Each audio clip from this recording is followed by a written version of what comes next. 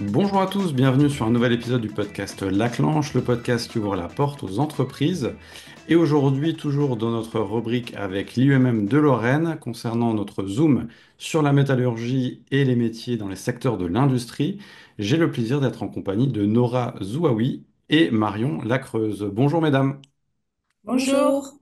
Merci donc d'échanger concernant votre entreprise dans laquelle vous évoluez, Tran, qui est basée à Golbet dans les Vosges. Vous allez m'expliquer de quoi il en résulte dans cette entreprise, ce que vous y faites. Et pour commencer, tout simplement par une présentation, est-ce que Marion, tu peux te présenter et puis on peut enchaîner par Nora. D'accord, donc moi je m'appelle Marion, je suis chez Tran depuis presque 10 ans. J'ai commencé en stage ici après un master en génie électrique à la Fac des sciences de Nancy. Je suis electrical designer, donc je m'occupe du dessin, de la qualification, des armoires électriques chez Tran. Et voilà. Et toi, Nora? Moi, je suis Nora Zouaoui, j'ai 51 ans, enfin bientôt 52 ans. Ça fait 32 ans que je suis chez Tran. Je suis rentrée chez Tran, j'avais à peine 20 ans. J'ai fait un CAP, enfin j'avais un CAP d'électricien après avoir fait un bac électrotech. Et du coup, je suis rentrée chez Tran comme monteur câbleur. Et au jour d'aujourd'hui, je suis animateur cellule aux expéditions. Ok, donc vous avez deux parcours qui sont différents. Vous êtes chez Tran, donc qui conçoit et fabrique et commercialise des machines frigorifiques, Ça. notamment refroidisseur de liquide, pompe à chaleur, unité de toiture. Marion, ton métier, pour faire simple, pour les personnes qui nous écoutent, qui nous regardent, c'est quoi tes tâches au quotidien et quelles sont tes responsabilités? Alors en fait, j'ai un cahier des charges où c'est que dedans, en fait, pour faire une clim, il faut de la compression, de la détente et de l'évaporation. Et il y a des composants électriques. Donc, je vais avoir une taille de compresseur. Il va falloir que je dimensionne sa protection, parce que chaque moteur doit être protégé par un équipement électrique. Et je vais m'occuper de la sélection des câbles, le circuitage dans les unités pour que tout se passe bien. Euh, voilà, donc après, on fait tout ce qui est marquage CE, donc avec des tests au laboratoire, vérifier que nos coffrets sont étanches à l'eau, qu'il n'y a pas de risque de contact direct pour tout ce qui est composants électriques. Et Donc c'est un métier qui est bien spécifique et très important pour l'entreprise. oui, en fait, on est un peu le cerveau des unités en partie, en fait. L'électrique, il y a une partie contrôle qui est après tout ce qui est automate. Et voilà. De ton Il y côté, a- Nora, toi, tu fais figure de pilier dans l'entreprise. Ça fait Entre 33 ans, c'est ça? 32 ans, oui. 32 ans. 32 ans. Donc, j'ai fait 22 ans de production Ouais. et ça fait une petite dizaine d'années que je suis en logistique. Alors c'est très rare de durer aussi longtemps, surtout aujourd'hui, dans un monde qui évolue beaucoup concernant les Ouais. métiers et l'industrie. Qu'est-ce qui t'a fait rester aussi longtemps chez Tran? Est-ce que c'est d'évoluer, d'avoir différentes missions, le bien-être aussi au sein de l'entreprise? Oui, en fait, c'est un tout. Bah, le fait d'être rentré jeune dans cette entreprise, enfin chez Tran, du coup comme monteur câbleur, et après, bah, en fait, j'ai pu en production, enfin, j'ai pu voir plusieurs métiers. En fait, je sais que, enfin, moi, je m'ennuie vite, donc du coup, j'ai eu la chance de pouvoir, bah, en fait, voir en fait comment fabriquer une machine du début à la fin, quoi. Donc j'ai fait enfin, la partie électrique, j'ai fait de l'isolation, j'ai fait du test HP, j'ai fait du test séquence, j'ai fait du test loop. Donc, c'est vraiment faire tourner la machine comme chez le client, en fait. Et, euh, et du coup, voilà, donc on passe, enfin, les années passent, hein, en fait, hein. Et du coup, après, il y a une petite dizaine d'années, suite à des déménagements de lignes de production sur l'autre site, sur le site de Chartres, on m'a proposé le poste en logistique. Et c'était vraiment un secteur que je connaissais pas du tout. Et puis finalement, enfin, j'ai découvert ce secteur enfin, franchement, je me régale. Si on remonte Voilà. quelques années en arrière, quand tu es arrivé justement chez Tran, par rapport à la place de la femme dans la métallurgie, c'était quoi le quotidien à l'époque? Est-ce que tu étais l'une des premières? Est-ce qu'il y avait beaucoup de femmes ou pas? Comment était perçue la femme dans la métallurgie?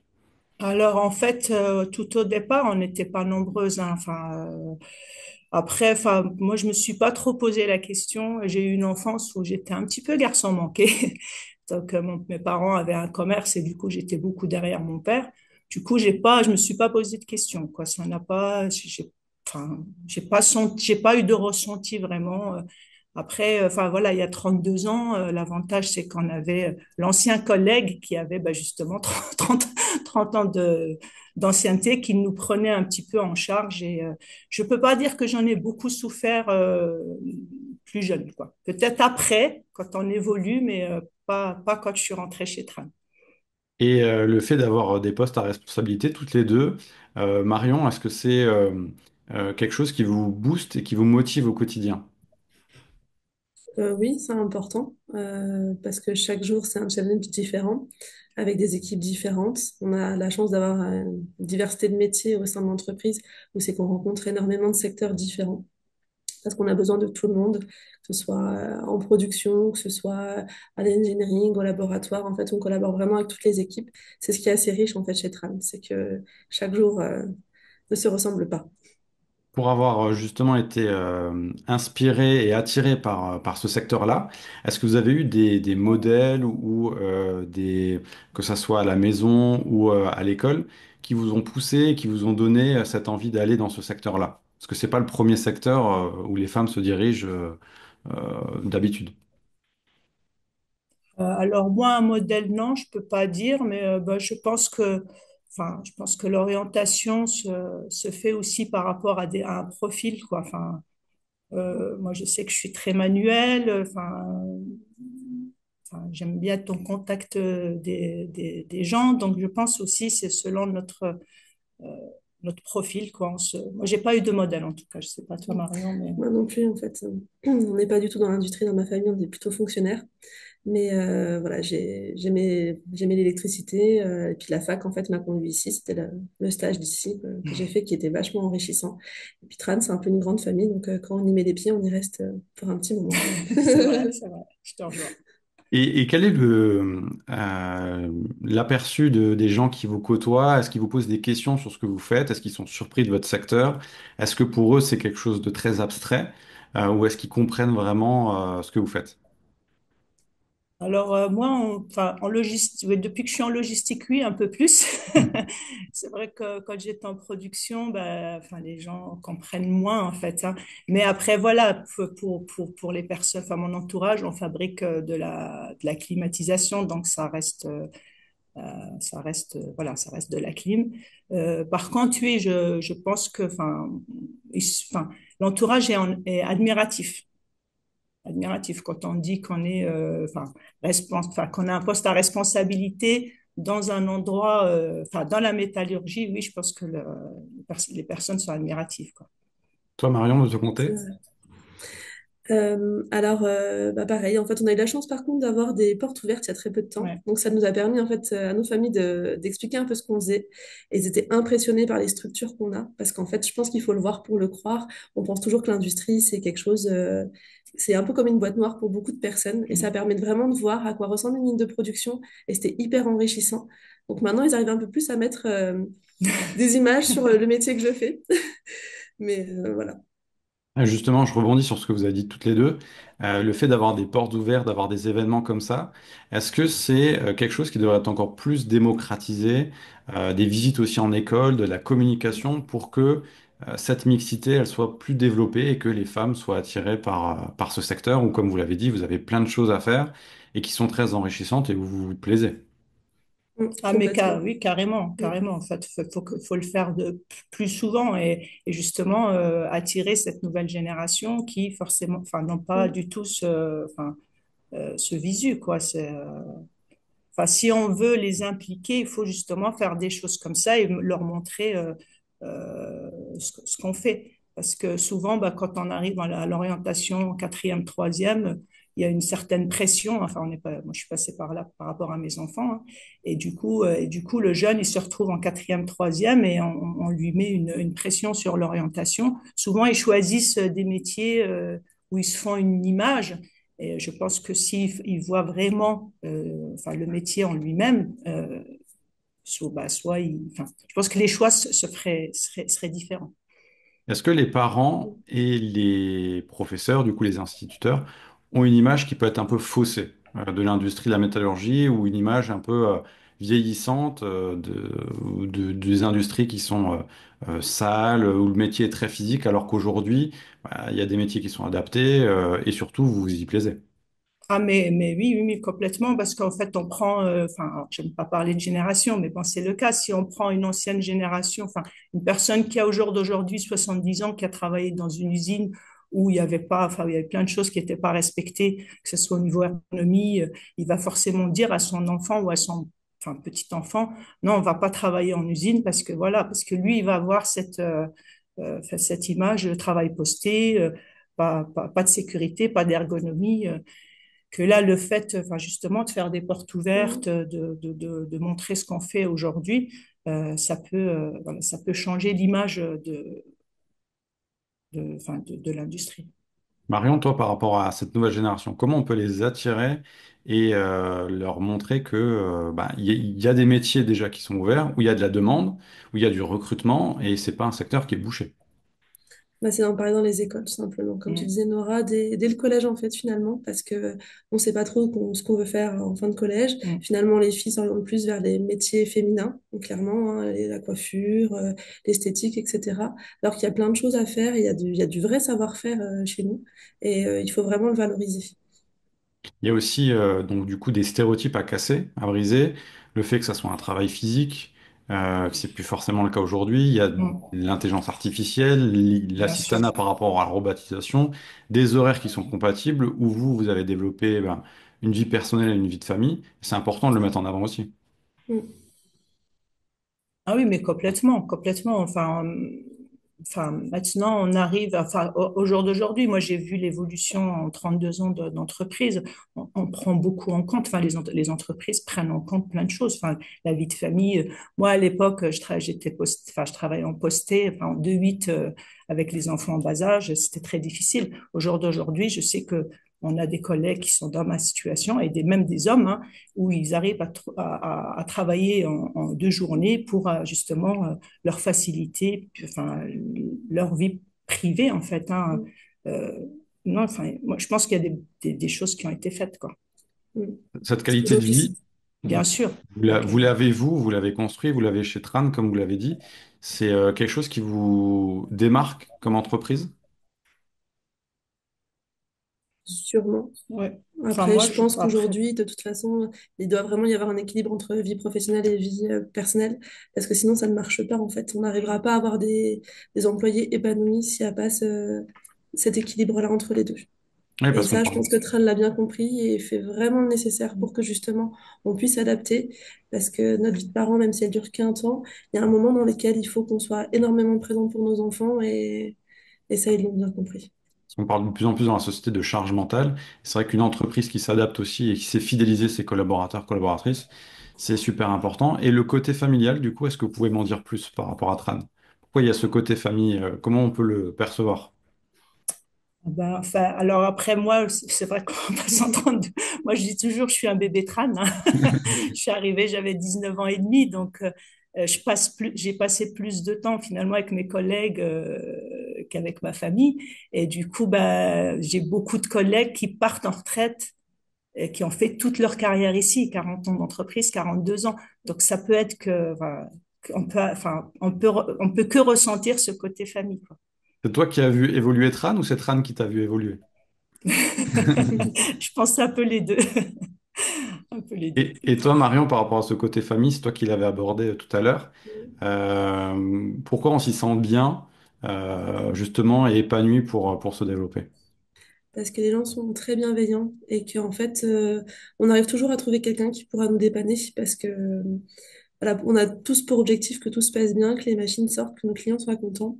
Et on a toujours, voilà, on arrive toujours à trouver le bon collaborateur qui pourra nous aider à mener à bien notre mission. Ou tout du moins, si c'est pas la bonne personne, à nous orienter vers quelqu'un d'autre. Et il y a beaucoup d'entraide. Franchement, peu importe les services, c'est vraiment quelque chose d'important.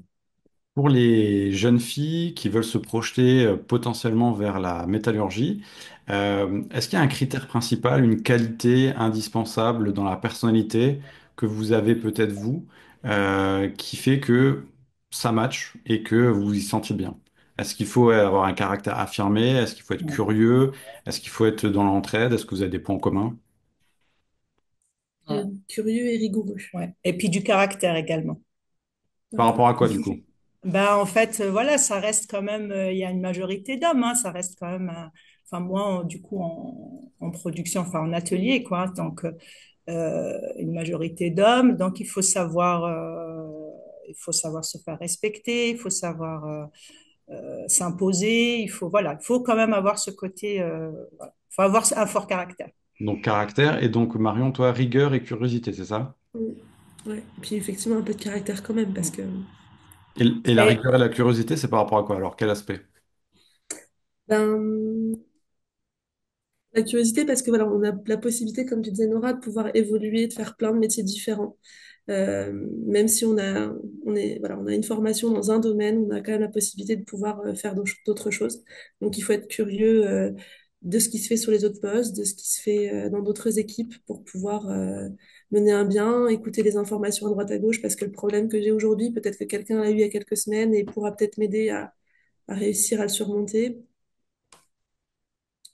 Par rapport à la métallurgie, dans le futur, vous la voyez comment? Est-ce que vous pensez que ça va beaucoup évoluer? Vous avez déjà vu des évolutions. Est-ce que vous pensez que ça va complètement changer ou est-ce qu'on va rester sur ce qu'il y a actuellement? Par rapport aux alors, machines, par rapport aux conditions de travail, est-ce que ça va attirer ou pas? toute façon, enfin, avec la nouvelle génération qui arrive, forcément, ça changera. Ça, forcément, ça changera. Après, bon, les produits évoluent, c'est comme dans tout, enfin, dans tout, quoi. Mais nous, on voit déjà le changement. Donc, oui, ça changera et je pense que ça changera en bien. Marion, tu partages? Oui, moi ça fait 10 ans que je suis ici, j'ai déjà développé 3 gammes de produits, on n'a pas fait les mêmes types de développement, on n'a pas fait la même conception d'une machine il y a 10 ans de ce qu'on fait aujourd'hui. Elles évoluent forcément. Parce qu'on y Pour met aussi un conclure peu notre part de la, féminité. pour conclure la première partie, c'est passé assez vite. Si vous aviez une baguette magique dans votre main et que vous aviez en place la possibilité de mettre une mesure concrète pour justement développer la mixité dans la métallurgie, ça serait laquelle? En parler plus dans les écoles Mm. et faire plus de portes ouvertes pour que les gens découvrent et qu'il n'y ait pas d'a priori négatif sur ce qu'on fait. Donc plus de la promotion là. Mm. Ouais. Nora, tu partages aussi? Moi, je partage et encore plus, alors, vu que c'est une génération connectée, je pense qu'il faut faire du travail sur les réseaux sociaux. Parce que Oui. alors, justement, en fait, influencer un jeune, enfin, quand on voit la nouvelle génération, c'est souvent, ils sont influencés par les réseaux sociaux. Ils veulent tous ou toutes être influenceurs parce que, bah, voilà, on gagne, on leur vend du rêve. Et du coup, justement, on néglige, enfin, tous les métiers, enfin, de la métallurgie, tous des métiers qui existent depuis très longtemps, quoi. Et je pense que si on veut sensibiliser les jeunes, c'est via aussi les réseaux sociaux. Même Donc, si je ne suis pas une adepte, mais donc les toucher des deux côtés, à la fois bien en sûr. physique à l'école et à la fois en virtuel avec les réseaux sociaux. Bien sûr. Parfait. Merci mesdames pour la première partie. On passe à la deuxième partie. Donc c'est un quiz de rapidité, de spontanéité. Vous avez le choix entre deux réponses. Vous répondez ce qui vous vient le plus rapidement en tête et vous avez le droit à un joker. On est parti? Mhm. Allez, Allez, c'est parti. Service de chauffage ou service de refroidissement? chauffage, Chauffage, Bon. Travail de jour ou travail posté? jour, jour, Pour l'instant, c'est exactement la même réponse. Les Vosges en été ou en hiver? en été, en hiver, Ah, une petite différence. Travail manuel ou travail robotisé? manuel, manuel, Golbet ou charme? Golbet. charme. Et la musique qui vous inspire? Alors moi, enfin, un titre de musique, c'est ça? Ouais, votre préféré ou sur lequel Ouais. vous aimez travailler? Moi j'aime la musique Disney, La j'avoue. musique Disney? Attention, c'est la période là bientôt, hein. C'est ça. Alors moi j'ai une fille qui est footeuse, donc j'aime bien les chants dans les stades. Ah, ok. Donc mettre l'ambiance dans les stades alors. Voilà. Bon, bah, on doit pas s'ennuyer en tout cas. Non. Super, Nora Marion. La dernière question, le rituel du podcast, c'est son nom, la clenche. Pour vous, c'est quoi une clenche? Une poignée de Pour porte. ouvrir une porte. Très bien. une poignée de porte qui ouvre sur les entreprises et qui a fait un zoom en tout cas sur Tran et sur vos métiers.